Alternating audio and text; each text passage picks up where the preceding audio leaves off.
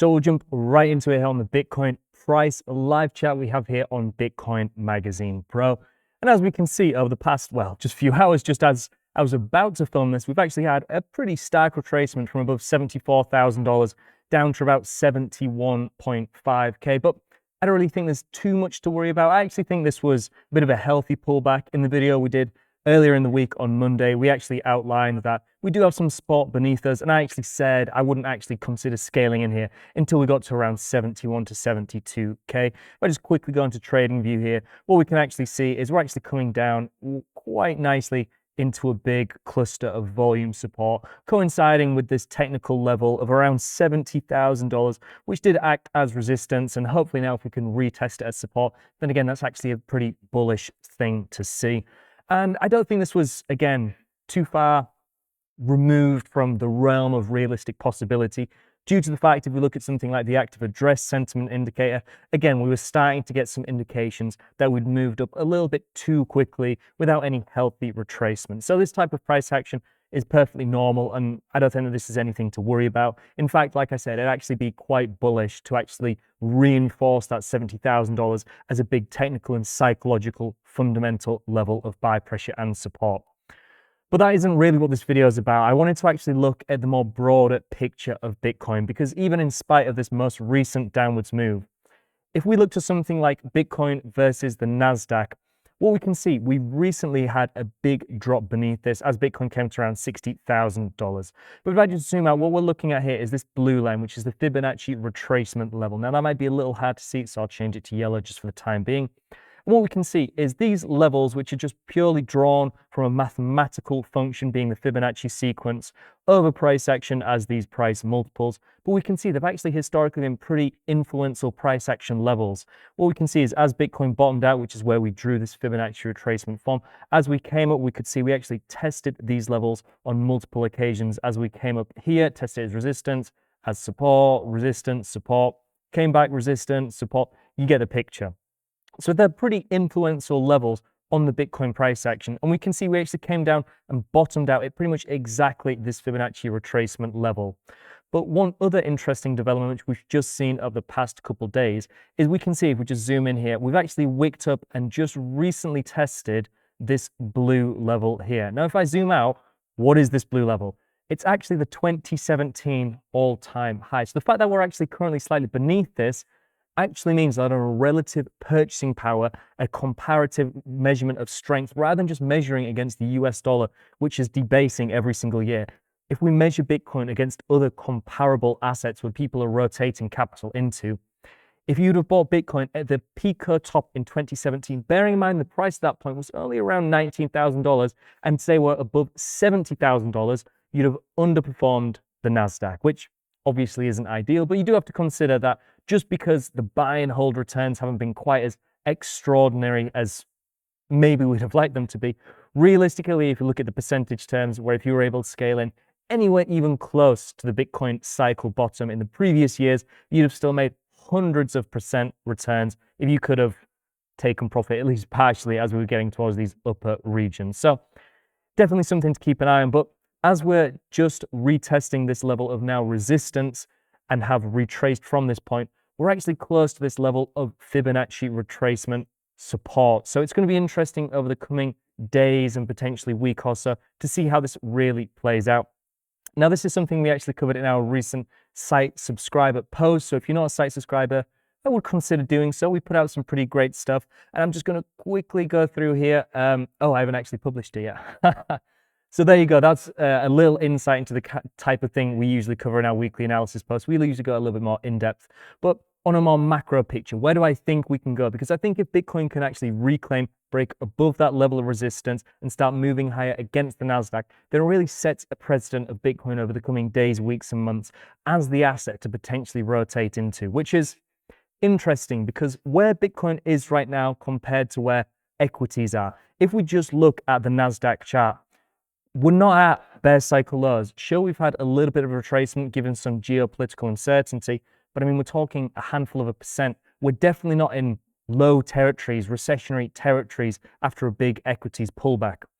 but we're starting to see some signs that that may be on the cards. For one, the price action looks absolutely terrible. We can just see setting lower highs and just slowly grinding to the downside. It's not usually what we see in these big equity indexes, so it wouldn't surprise me if we do see a little bit of further downside.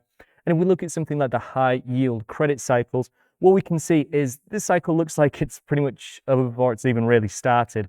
We can see in every single Bitcoin cycle, we usually top out as the risk appetite for these slightly riskier, higher yielding corporate bonds is incredibly high, just showing a risk on sentiment in traditional markets, which traditionally, again, aligns with more bullish conditions in Bitcoin and cryptocurrency markets.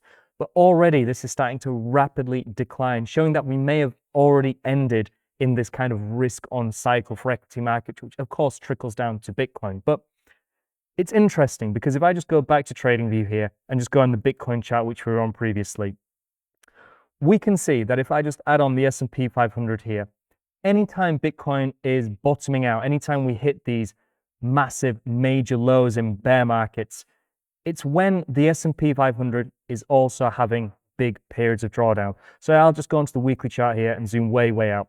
When we're having these big bear cycle lows in Bitcoin, it's as the S&P 500 is also struggling or has already concluded its big downwards move.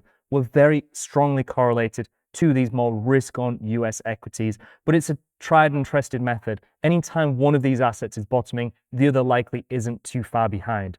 But right now, we're at a bit of a different situation, one that we haven't actually been in before. We're at a point where we're seeing what looks to be potentially a bottom forming in Bitcoin before we've seen any big downwards move in these US stock indexes.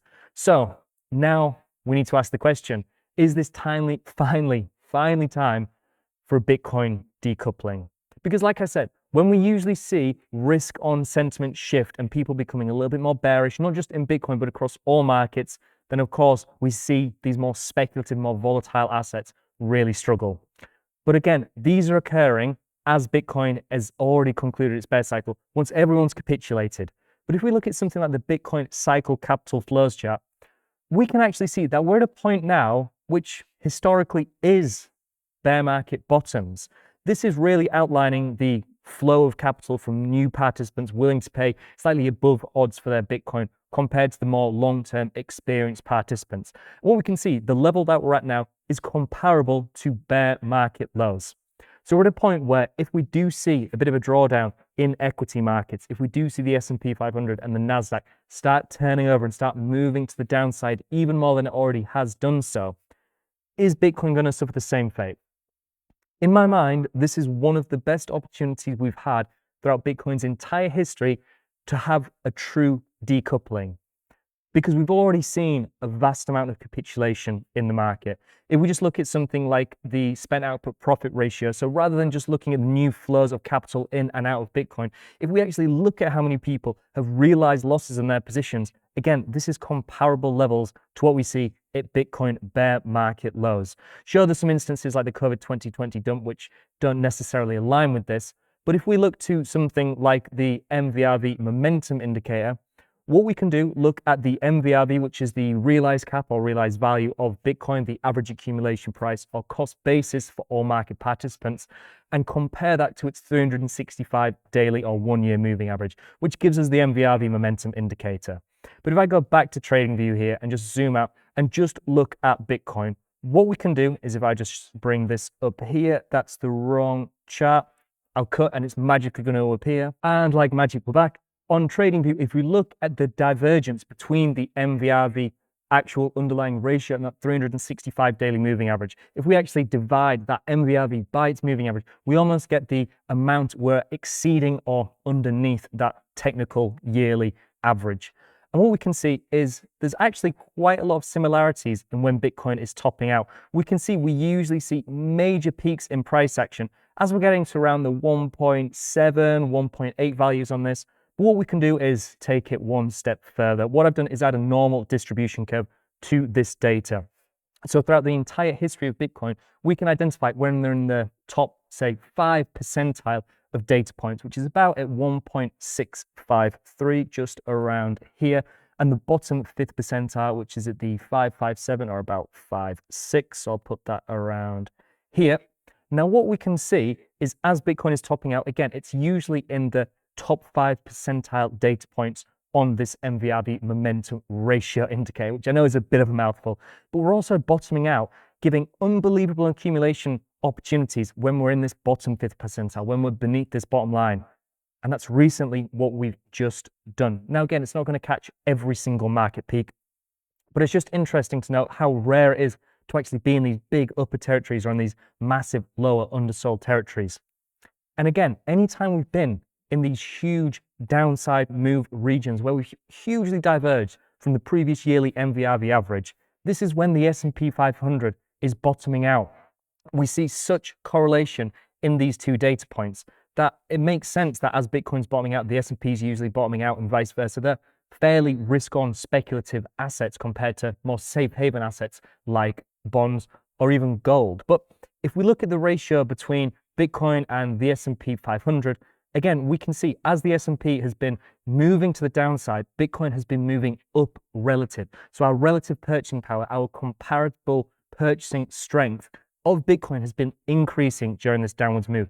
And if we look to the typical safe haven asset as gold, again, it's a similar situation. We bottomed out exactly on one of these Fibonacci retracement levels and have been moving rapidly to the upside after what looks like gold is actually potentially topped out. If we look at the gold price action, we're actually seeing lower lows on this chart. Not necessarily looking like it's going to immediately match new all-time highs. Capital has to flow somewhere.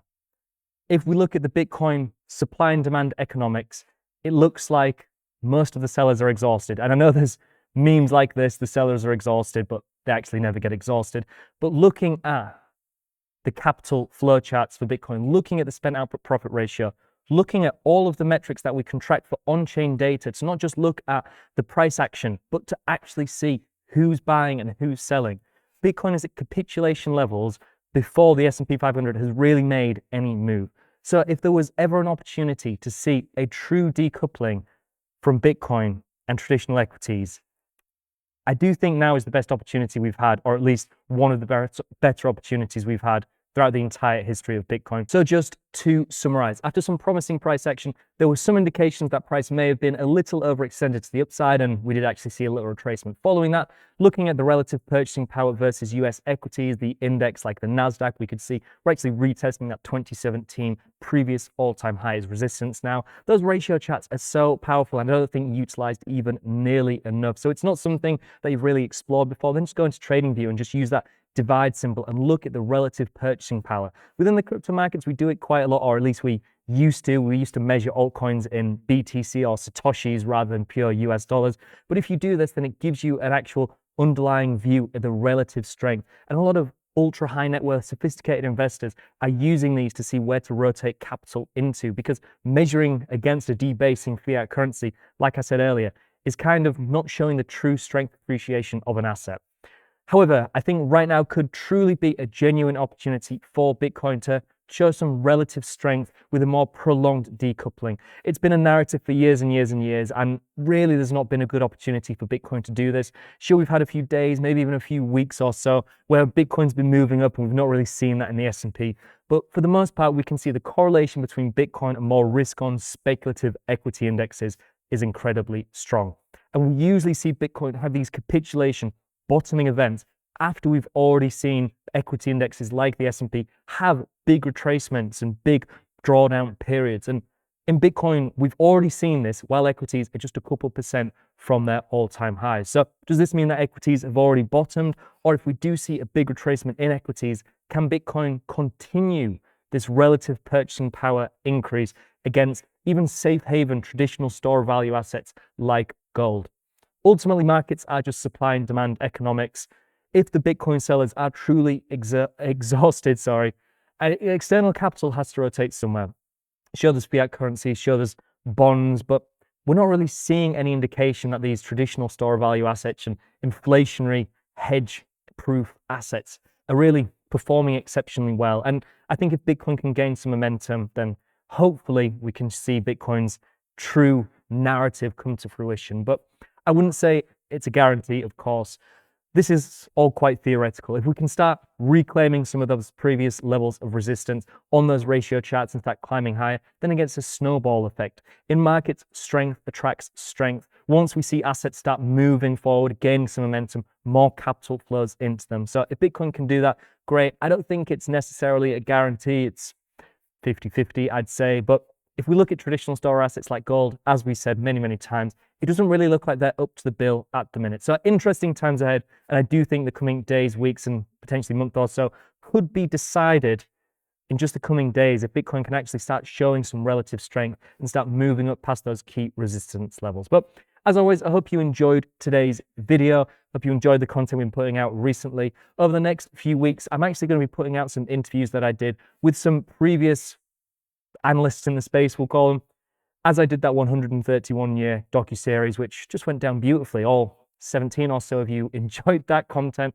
But regardless, I think the interviews that I did with people like Ben Cowan, Willie Woo, Charles Edwards, etc., would just be generally appreciated by you guys. So I'm going to put those interviews out for you to watch and just gain some extra videos to watch over the coming weeks or so. And as always, thank you all very much for watching, and I'll see you in the next one.